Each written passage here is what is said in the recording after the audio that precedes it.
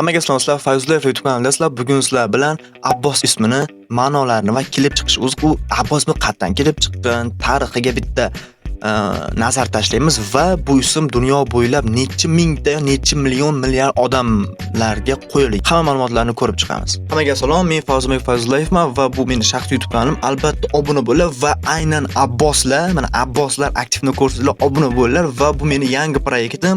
Albatta bu proyekt birinchi, ikkinchi qismlari yaxshi, sizlarga yaxshi manzur yetib boradigan bo'lsa, biz yana chiqaramiz va bu proyektimni albatta yaxshi natijalariga oborasizlar degan umiddaman. Shu yerda kommentariyga bitta yozinglar, bundan keyin yana qaysi ismni, ma'nolarini, mana shunday ma'lumotlarni olib chiqinglar. Albatta ismlarni men kutib qolaman. Albatta sizlar like bosinglar. Abboslar like bosib obuna bo'ldi va videoni boshladik.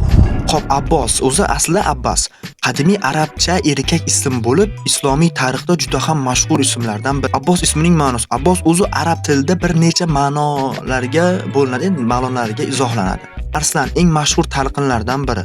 Qat'iylik, jiddiy, salobatli arabcha lug'atlar ma'nolari bilan bog'liq. Ba'zi manbalarda qo'rqmas, kuchli mazmunda ham talqin qilinadi. Shuning uchun ism sifatida Abbos ko'pinchalik kuchli, jasoratli, salobatli bilan bog'lanadi. Ya'ni biz polni hamma narsani yozib olganmiz, shuning uchun to'g'ridan-to'g'ri men o'qib sizlarga izohlab beryapman. Abbos ismi qayerdan kelib chiqqan? Ya'ni Abbos ismining kelib chiqishi Arabiston yarim orollari va arab tili bilan taqaladi. Islom tarixida uning mashhur bo'lishiga Muhammad sallallohu alayhi va sallam payg'ambarimiz amakilari Abbos ibn Abdumuttollib katta sababchi bo'lgan. Shuning uchun Abbos ismi juda ham mashhur bo'lib ketgan. Feraberis to'g'ri aytdim, noto'g'ri aytdim. Feraberis ma'lumotlari bazasiga hisob-kitobga ko'ra Abbos ismli odamlar, ya'ni 1,316,612 kishi bor. Bu uni dunyodagi eng ko'p uchraydigan ismlardan biri. Taxminan 592-o'rinda turuvchi 512-o'rinda turar ekan.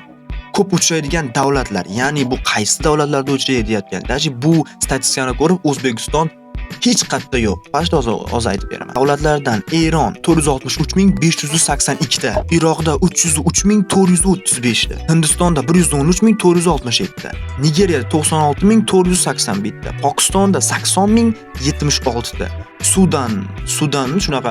Sudanda 50,371 ta, Livanda 20,450 ta, Yamanda 18,472 ta, Turkiyada 17,082 ta, Bangladeshda 13,289 ta, Kuvaytda 12,329 ta, Indoneziyada 11,936 ta, Misrda 11,191 ta. Bu raqamlar taxminiy, endi bitirma ketdim bu raqamlar o'sha ma'lumotlar bazasidan olingan. O'zbekistonda-chi degan savol. Xo'p, Abbos ismi O'zbekistonda ham ishlatiladi, lekin yuqoridagi manbalar O'zbekiston alohida yirik ko'rsatkich sifatida kiritilmagan.